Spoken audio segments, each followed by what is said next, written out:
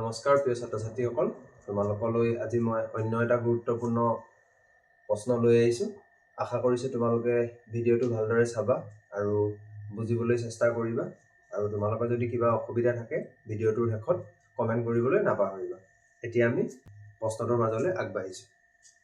এতিয়া আমাক প্ৰশ্নটোত কি বুলি কৈছে যে কাষৰ চিত্ৰত দেখুওৱাৰ দৰে পোহৰৰ ৰশ্মি এডাল 1 নং মাধ্যমৰ পৰা 2 নং মাধ্যমত প্ৰৱেশ কৰিছে। তেন্তে 1 নং মাধ্যমৰ সাপেক্ষে 2 নং মাধ্যমৰ প্ৰতিহৰণাংক নিৰ্ণয় কৰিবলৈ কৈছে। তোমালোকে নিশ্চয়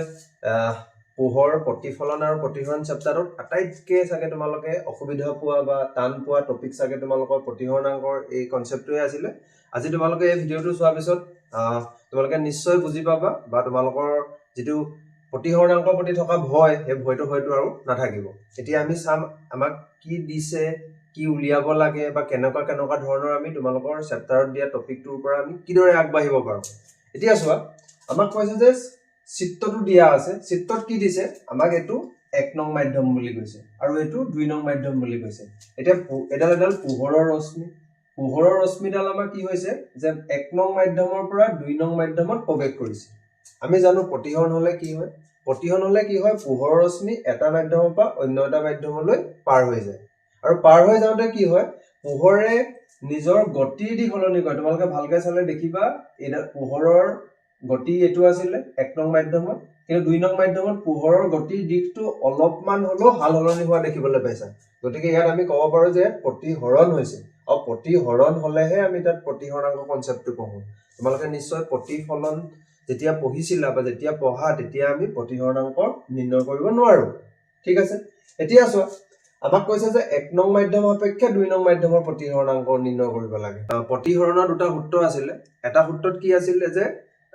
আপতন কোণৰ সাইন আৰু প্ৰতিহৰণ কোণৰ সাইনৰ অনুপাতটো এটা ধ্ৰুৱক।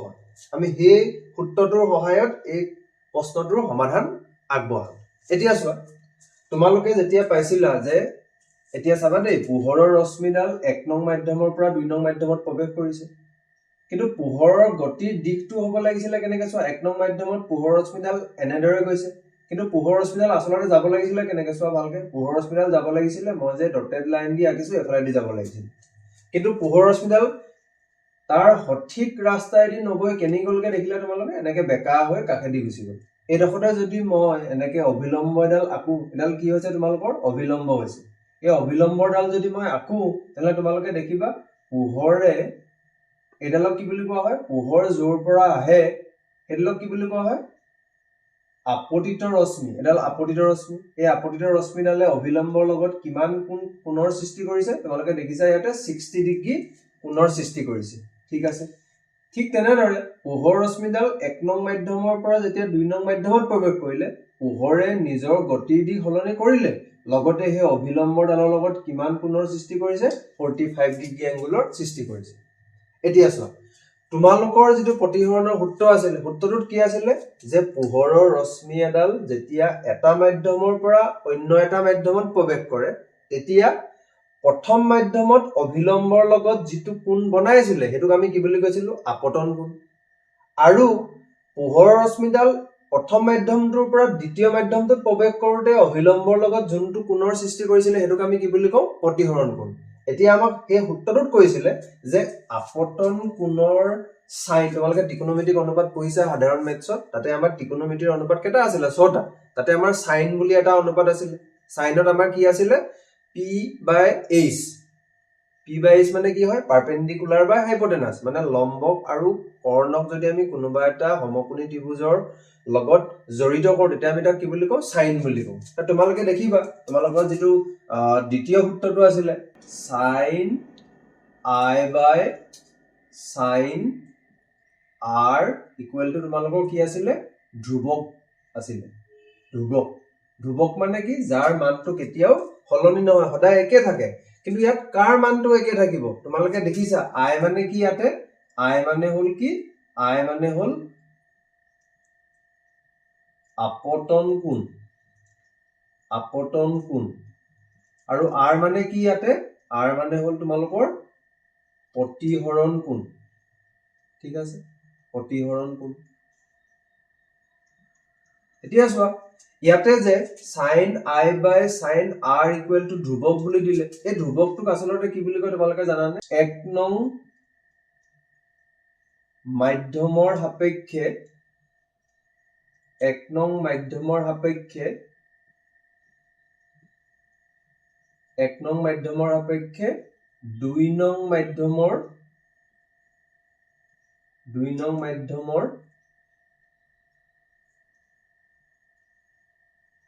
প্ৰতিহৰণাঙ্ক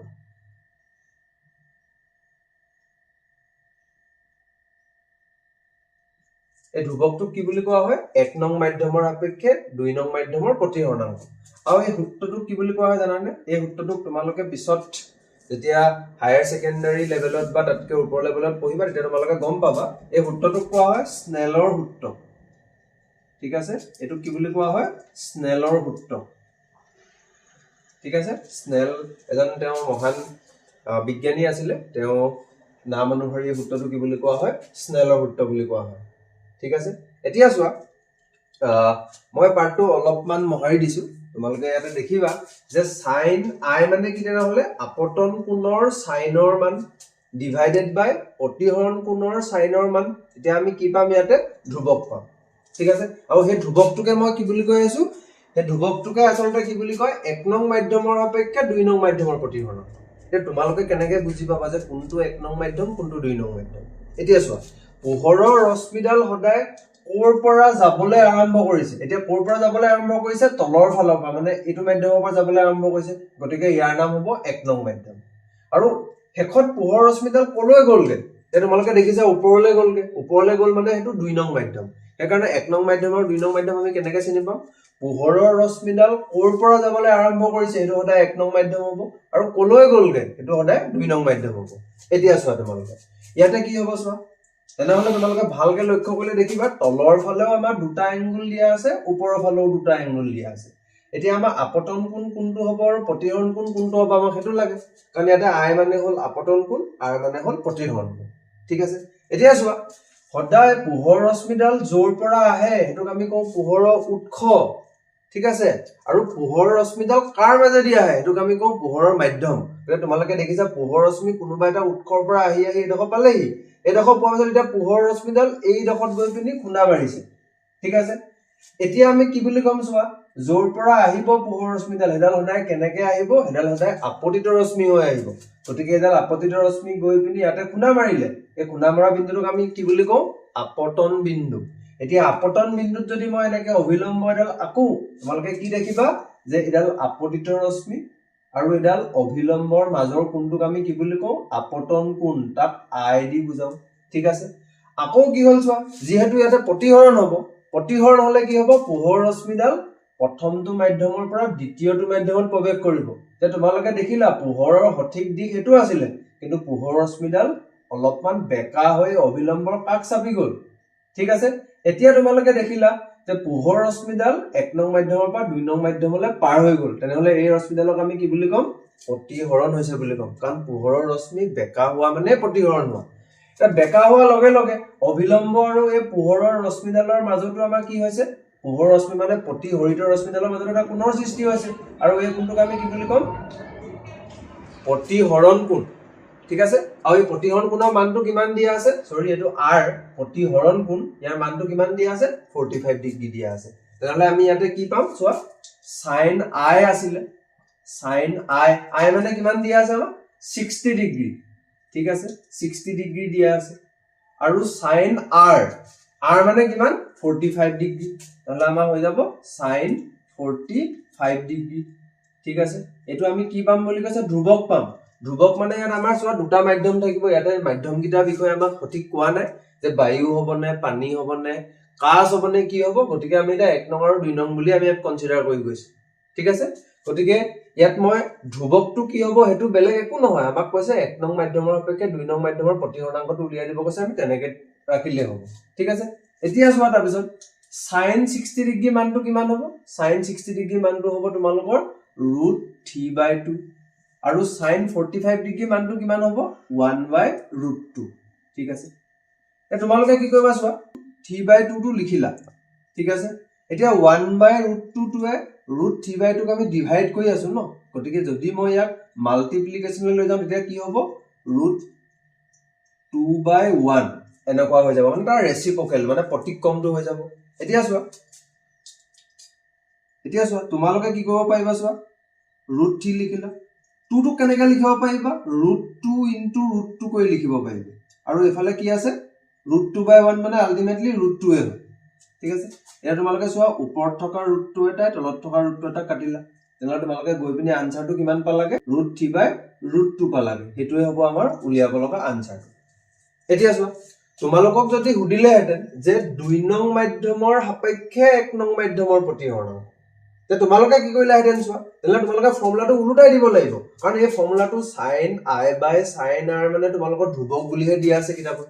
তাৰমানে একচুৱেলি তোমালোকৰ কিতাপত বিশেষভাৱে লিখি থোৱা নাই যে এইটোৱে 1 নং মাধ্যমৰ সাপেক্ষে 2 নং মাধ্যমৰ প্ৰতিহৰণ হ'ব তোমালোকৰ চাবা আৰু n = c/v বুলিও এনেকুৱা ফৰ্মুলা আছে এটোৰ পৰাও প্ৰতিহৰণাংক উলিয়াব পাৰি আৰু বেলেগ এটাও সূত্ৰ আছে হেতুৰ পৰাও প্ৰতিহৰণাংক উলিয়াব পাৰি কিন্তু এটো সূত্ৰৰ পৰাও প্ৰতিহৰণাংক উলিয়াব পাৰি সেই বিষয়ে তোমালোকৰ কিতাপত বিশেষভাৱে লিখি থোৱা নাই কিন্তু কুৱেশ্যনটো আহিব পাৰে পৰীক্ষাত কাৰণ এইটো এটা বহুত দৰকাৰী প্ৰশ্ন বা এইটো এটা দৰকাৰী কনচেপ্ট যে sin i/sin r মানে কিমান হয় যে 1 নং মাধ্যমৰ সাপেক্ষে 2 নং মাধ্যমৰ প্ৰতিহৰণাংক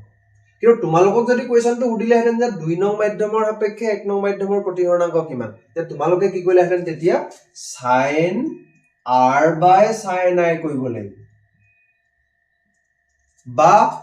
এইটো তোমালোকে কি আনসাৰ পালা গৈ পিনি 1 নং মাধ্যমৰ সাপেক্ষে 2 নং মাধ্যমৰ প্ৰতিহৰণাংক ইয়াক যদি তোমালোকে ইয়াৰ প্ৰতিক্ৰম কৰি লিখা প্ৰতিক্ৰম মানে ইয়াকে যদি উলুটাই লিখা মানে √2/√3 লিখা তেতিয়া তাৰ কাৰণে আনসাৰ কি হ'ব 2 নং মাধ্যমৰ সাপেক্ষে 1 নং মাধ্যমৰ প্ৰতিহৰণাংক হ'ব তে তোমালোকৰ আকৌ ফৰ্মুলাটো উলুটাই লৈ নিলিখিলেও হ'ব আশা কৰো তোমালোকে কনসেপ্টটো লগতে কুৱেশ্যনৰ আনসাৰটো কেনেকৈ কৰিলো আমি কি নিয়মৰ সহায়ত কৰিলো হেতু বুজি পালো যদি ভাল লাগিলে তোমালোকে ভিডিওটো লাইক কমেন্ট আৰু শ্বেয়াৰ কৰি দিব নাপাহৰিবা আৰু আমাৰ চেনেলটো সাবস্ক্ৰাইব কৰি দিবা আৰু আমি আগতেও এনেকুৱা এটা প্ৰিভিয়াস ইয়াৰত অহা এটা ইম্পৰ্টেন্ট কুৱেশ্যন ডিসকাস কৰিছো এই কুৱেশ্যনটো যদি তোমালোকে চোৱা নাই চাবা আৰু যিসকলে চাই বুজি পোৱা নাই কমেন্ট কৰি আমাক জনাবলৈ নাপাহৰিবা